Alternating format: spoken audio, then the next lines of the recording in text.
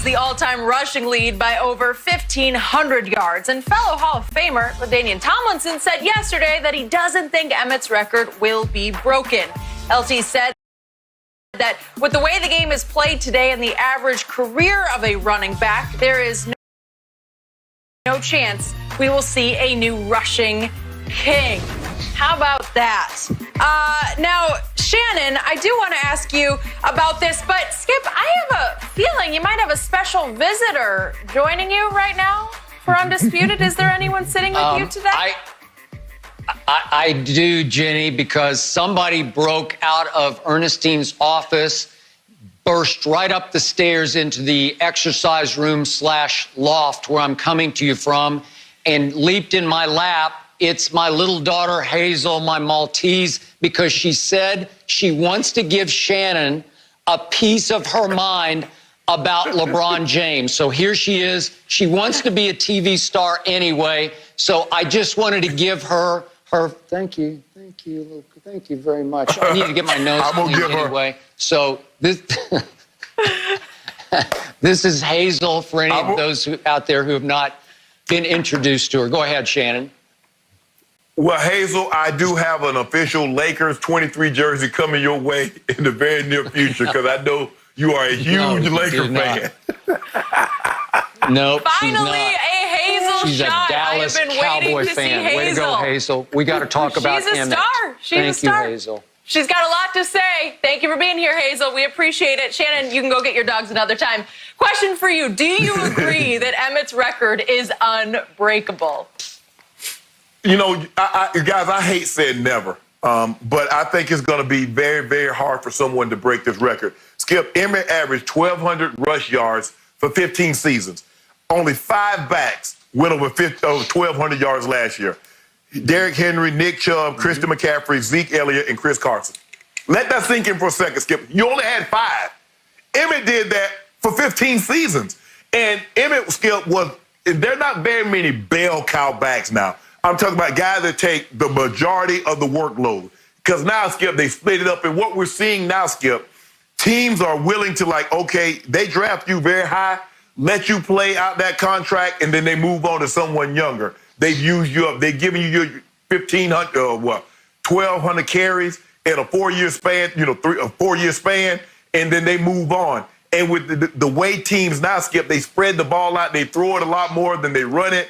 Skip, it's going to be hard for someone to get it because everybody's going to the 2-back system. They throw the ball a lot more than they run it because when Emmitt came into the league, you wanted 3 yards in a cloud of dust, Skip. They were running the football. You threw the ball on 3rd down. Now, teams are throwing the ball 55, 60% of the time, and they're running it the other, where it was reversed when Emmitt got into the league. So I think it's going to be very, very difficult for someone to play long enough, be productive long enough, to rush for over 18,000 yards and eclipse Emmitt. Okay. You're probably right. I've learned many years ago to be a never say never guy because I don't know, maybe there's some 12-year-old out there right now who's going to be so gifted that he'll be able to have the staying power and the durability to eclipse even Emmitt Smith's record. But it's doubtful. I give you that. So, Shannon, I was there for Emmitt's first 7 years as a Dallas Cowboy. And I remind everybody, he ran 4.6 at the combine, a 4.640. Today, that would be quote-unquote death, right? That would be grounds to fall to the 3rd round, whatever. Emmitt fell in the first round all the way. Yeah, in his size. Especially at his size. Think about his size. 17. Yeah. He was about 5'9", maybe 205, maybe. And here's the other thing, Shannon, and Emmitt will not like me saying this, but it was the God's truth. He was never in great shape. He was a little butterball. Forgive me, Emmitt, but it's just the truth. He always had a little bit of a paunch, just a little paunch. And he wasn't a weight room warrior. He wasn't a workout warrior. He basically got in shape in camp, running the football in drills and in practice, played here and there in some preseason. And then he basically got in shape as he got going through the regular season games. And I must confess to you, Shannon, I was never the biggest fan of Emmitt because it didn't look spectacular to me, what he was doing. To your mind's eye, you'd say, that doesn't look that great, until you saw the post-game box and you'd say, wait, he got 134 yards? I don't remember them.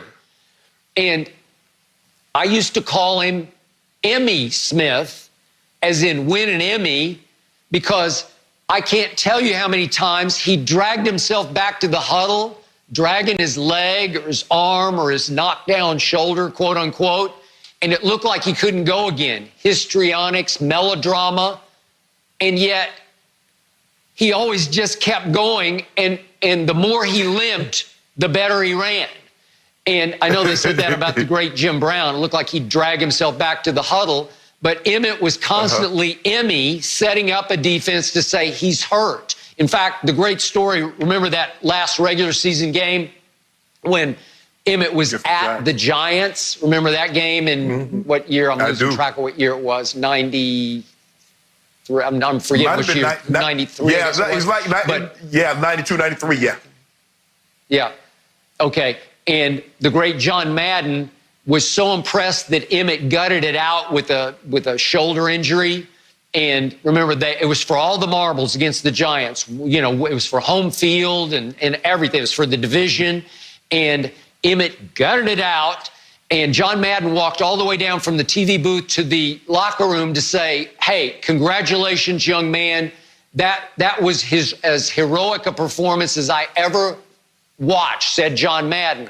I'm in the locker room, and players and a trainer are telling me he wasn't that hurt. In fact, the trainer said half the guys in here are playing with a shoulder like that. They tried to get Emmitt to take a shot at halftime, a pain-killing shot.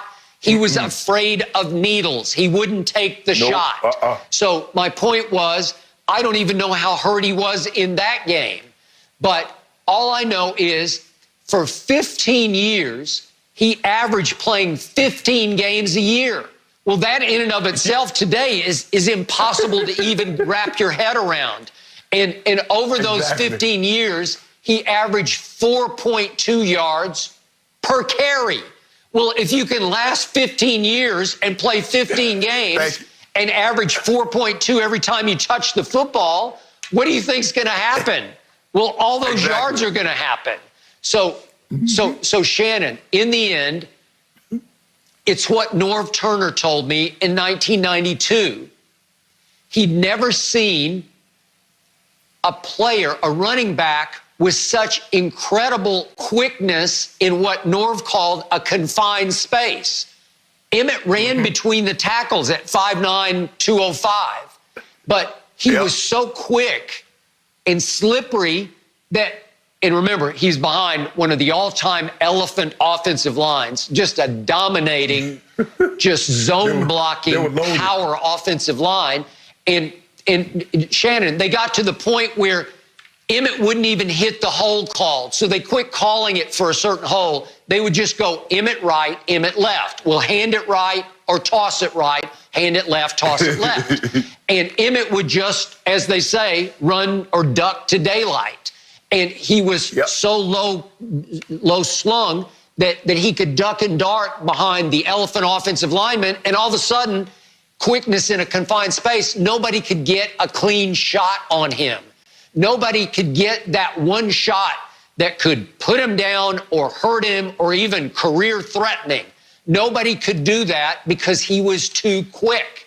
He was in a weird package, small package, but quick and elusive. So he would get in your secondary before you knew it. And then I will give Emmitt this. It didn't look like he ran 4.6 with a football under his arm. It looked like he ran more like 4.4. So the combination in that weird package of all of that made him very difficult to tackle. So he goes all the, 11 straight years in which he went over 1,000 yards. I mean, that added up, and it's going to be hard to catch that. It is, Skip, and when you realize that Emmitt, he wasn't built, but Skip, he's put together. He's got a little stature. He's got some texture to him now. He's not thinly built. Emmitt and I came in the league together in 1990, so I know Emmitt very well. We back before he got mad, we hung out a little bit together, Skip. But even back then, Skip, the only thing that Emmitt really talked about was he wanted Walter Payton's record. I'm like, bro, we at Daytona. You talk about, hey, let's do what we do at a spring break. You talk about getting Walter Payton's record. But that was his singular focus, was getting that record. And I'm like, I knew what the record was. I'm like, man, that's a lot of yards. Dude, you like your third year, your second, third year. You talking about getting that record? He's like, I'm going to get that record. He's like, he's sharp. I'm going to get that record. Why? Yeah, and Shannon. And here we are. Tell you. Yeah. Well, I can't tell you how many times I sat up in the press box saying, Emmitt, gut it out, like it'd be 3rd and 7, and he'd run a draw, and he'd burst to the sideline, and all he had to do is lower his head and go through the DB to get the first down. Nope, not Emmitt. Done. I'm out of bounds at 6 yards. He ran away from contact, and all it allowed him to do was to play for 15 years. So he was smarter than anybody else because he did win 3 Super Bowls, and he won a bunch of rushing titles, and he stayed healthy. So sometimes, as they say, it's better to give yourself up on this play and live to fight the next play. Skip, the thing that Emmitt had to do with is that obviously he's the all-time leading rusher, but if you played from 1990 until 1998 and you played the running back position, nobody cared. All they cared about was Barry, because Barry was doing stuff